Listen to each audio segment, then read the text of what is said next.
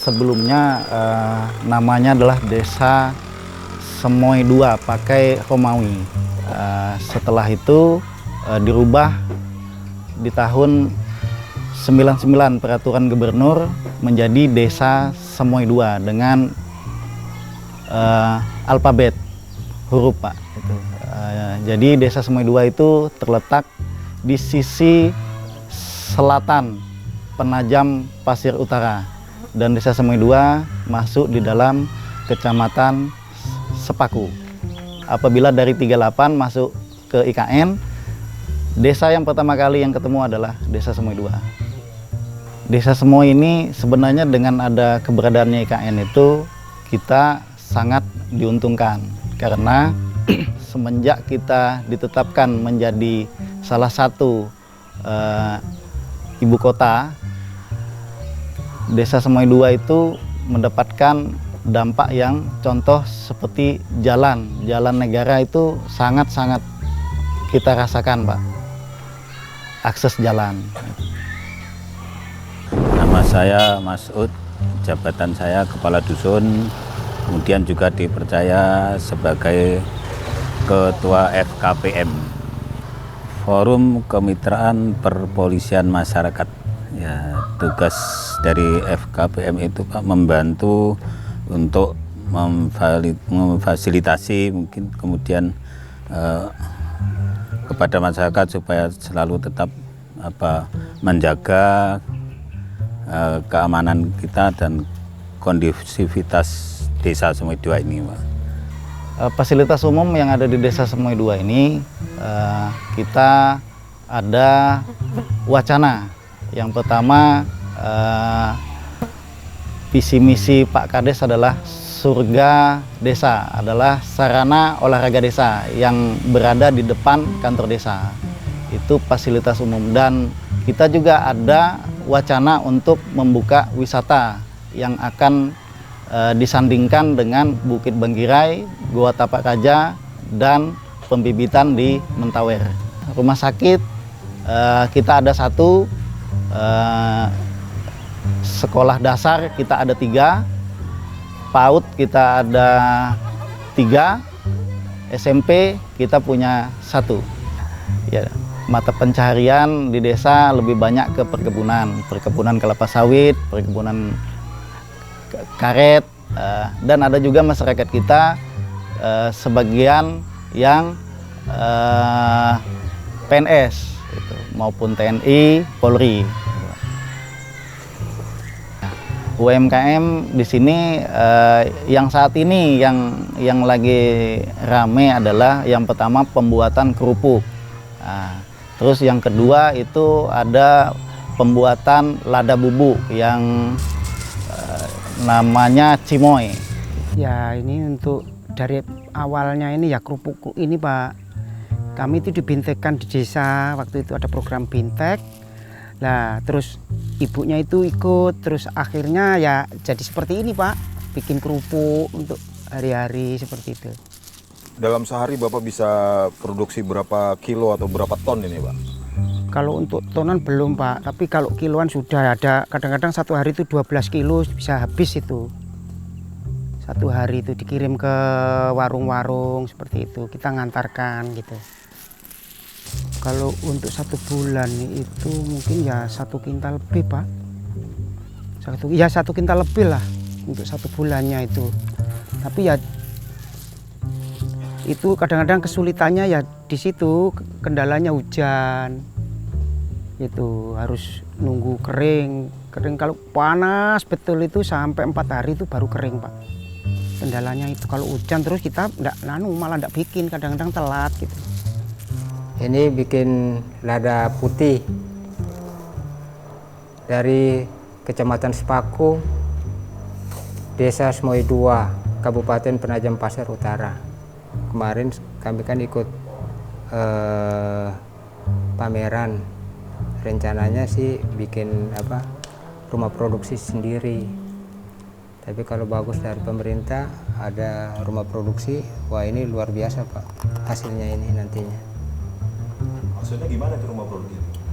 Rumah produksi itu dia pure cuma khusus ini untuk memproduksi lada ini aja.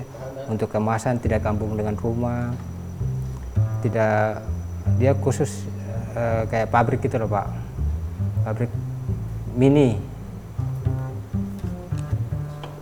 Cimoy itu artinya cinta Simoy Pak. Harapan saya ini produk ini luar biasa Pak. Sedangkan di sini aja kita permintaan untuk pasar tradisional itu maunya itu sih berbentuk saset. Cuma karena kami kekurangan modal juga, makanya ini kami cuma bisa produksi botolan. Tapi kalau saset pasar tradisional itu luar biasa Pak. Segitu berapa Pak? Kalau ini harganya kami jual 12.000. Sama hitam putih itu sama 12.000. Ini yang hitam, ini yang putih. Kegiatan apa yang dilakukan oleh pemerintahan desa agar partisipasi masyarakat ini berkaitan dengan pemilu ini mereka bisa melaksanakan atau bisa ikut serta turun aktif dalam kegiatan pemilu yang akan dilaksanakan tahun depan? Terima kasih. Yang pertama, kita ada sosialisasi terkait tentang pemilih pemula. Itu kebetulan PPS dan PPK sudah melakukan di SMK Negeri 6 Penajam. Terus kalau dari desa itu ada sekretariat PPS. Jadi apabila seandainya masyarakat yang pengen tahu dia sudah masuk di dalam DPS, dia bisa melihat di sekretariat PPS yang berada di depan kantor desa Semoy 2. Yang Pasir Utara itu ada 5. Oke. Ada yang apa bacanya dong? Ada apa ya? Ada siapa yang mau dipilih? Anggota? Terus? Karena ibaratnya pemilih pemula ini kan masih baru, belum pernah mengikuti yang namanya pencoblosan pada era-era sebelumnya.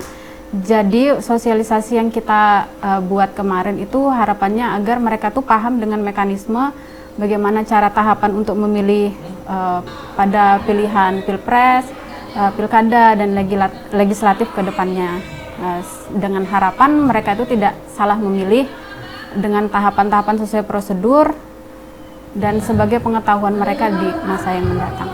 Apa respon dari masyarakat generasi milenial itu yang pemilih pemula itu terhadap sosialisasi atau terhadap pemilu kita di 2024 nanti? Responnya sangat baik Pak, karena mereka juga masih awam, karena mereka itu tipikal yang belum paham sama sekali bagaimana mekanisme untuk mencoblos pada saat pemilu 2024 nanti. Jadi harapan mereka dengan ada sosialisasi ini, mereka tahu ternyata di pemilu 2024 ini mekanismenya seperti ini. Jadi mereka harapan dari kami, dari PPS Desa Semoy 2, mereka tidak salah memilih dan sudah paham dengan tahapan-tahapan yang mereka akan lakukan nanti di pemilu 2024. Kan sebentar lagi kita mau pemilu ini. Kira-kira menurut Bapak ini pemilu ini penting nggak sih di desa kita ini? Oh penting Pak, sangat penting Pak itu. Kenapa pentingnya Pak? Ya pentingnya untuk menentukan warga, nasib-nasib warga juga itu kan. Kalau pemilih, pemimpinnya nanti orangnya jujur-jujur kan untuk kedepannya lebih bagus Pak. Kepada masyarakat umumnya itu kami sampaikan supaya tetap menjaga keamanan, ketertiban, kemudian juga kepada para pelaku politik termasuk tim-tim sukses seperti itu Pak bahasanya. Kami juga selalu tekankan supaya bekerjalah seperti yang sudah diterapkan oleh pendahulu-pendahulu kita dengan cara boleh bersaing tapi tetap dengan kepala dingin tanpa ada persaingan yang memanas gitu Pak.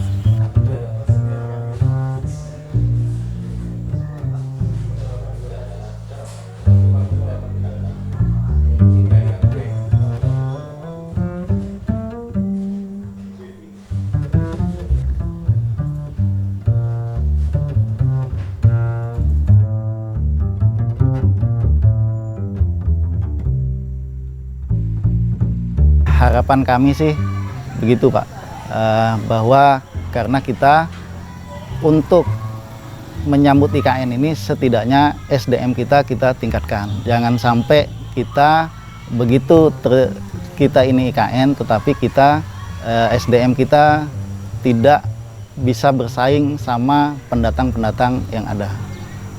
Ya, harapan kami pemerintah bisa memfasilitasi SDM kami yang ada di sini.